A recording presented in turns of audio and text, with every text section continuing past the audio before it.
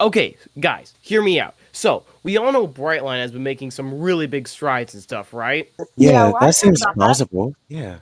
Okay, so what if we made a new private rail link running an overnight service from LA to San Francisco? It wouldn't be high speed or anything. It would just use existing coastal tracks. And what if it was really expensive and had private bedrooms for everyone? Isn't that just the exact same thing as the coast line? Shh, it's different because we're running overnight so that you can get to San Francisco in the morning. Where did I go wrong?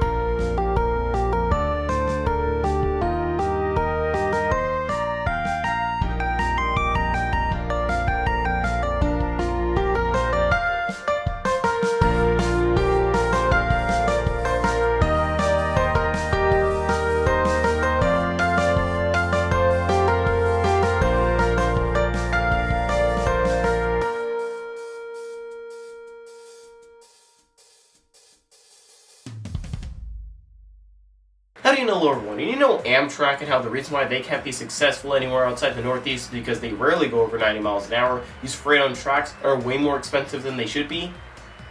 What if we did that again and changed literally nothing? Then you'd get Dreamstar, the very, very weird way of trying to capitalize off of America's slowly growing re-interest in passenger rail. There's some sort of startup company that says they'll have trains running by summer of 2025. With no rolling stock, no maintenance facility, and are only half approved. I'm sorry, but if Brightline, the best example we have at the moment on how to do passenger rail right, needs about a year to furnish and test their Orlando expansion with existing rolling stock and an existing maintenance facility, there's no way you're pulling that off. But sure, I'll bite. What's this so-called Dreamstar all about?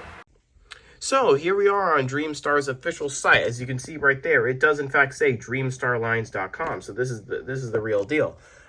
So you've got go to bed, wake up there. We'll talk about that learn more option later. It says about us. Yeah, they're premium overnight hotel train to serve major travel markets across the United States. Stock image that I'm gonna be perfectly honest, kind of even looks like AI generated. Image of an old, like Santa Fe looking car that you don't really want to have be at the center of your thing. Short haul flight is anything, but would you consider the time lost to check it secured? Yeah, not when you're spending 14 hours riding the train for a highly expensive price. Again, just saying, do you really rethink this? On I'm pretty sure that's an AI generated image. It genuinely looks like it. On a deluxe sleeper train, you'll spend fewer waking hours traveling than you would flying. Yeah, fewer waking hours. The rest you'll spend is asleep. I just. Something about this just doesn't. I don't know. Watch this space. We are working fast to begin services early as summer 2025. It's summer 2024 right now, and they don't have more than just a few things saying, like, yeah, you can use our trackage from UP, and I think that's it. Yeah, I think they just got a message from UP. I forget if they got one from Metrolink, but really, that summer 2025 thing isn't really happening. But, and then we have the learn more option.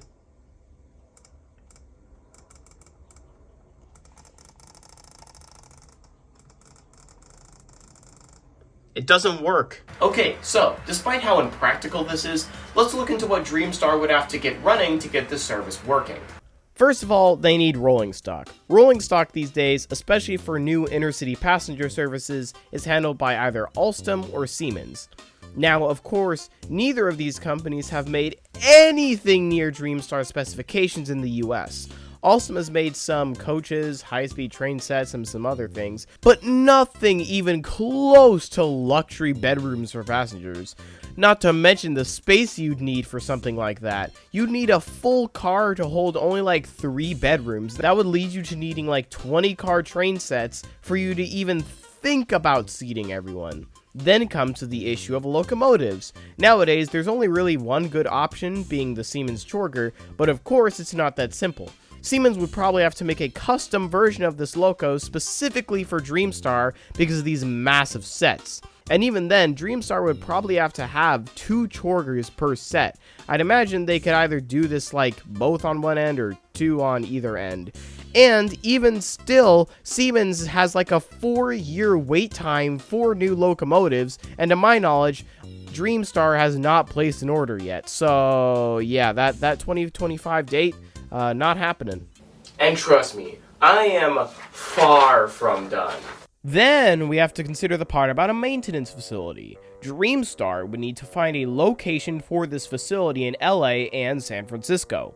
Now, they could find a way to utilize Amtrak's 8th Street yard in LA if Amtrak was willing. However, there isn't a major yard near the San Francisco station. The nearest one is in Oakland, which you would think is fine until you realize Oakland is on the other side of the bay, meaning every morning/afternoon a deadhead would have to be sent all the way around the bay.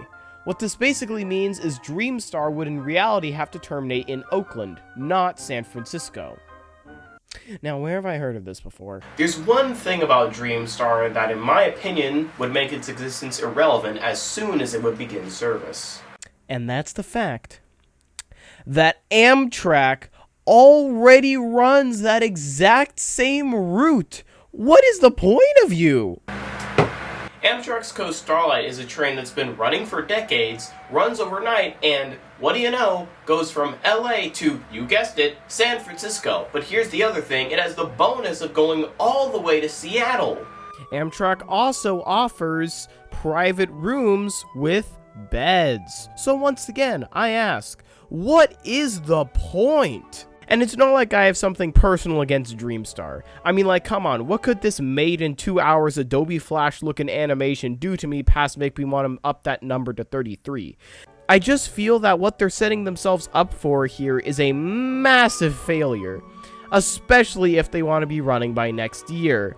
And they should, instead of looking at what was done 100 years ago, look at what is being done right now with Brightline.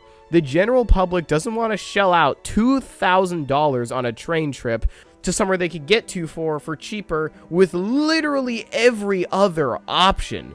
People just want to get somewhere. I'm certain that if you took the approach Brightline did with what they're doing, this would have a way better chance of succeeding.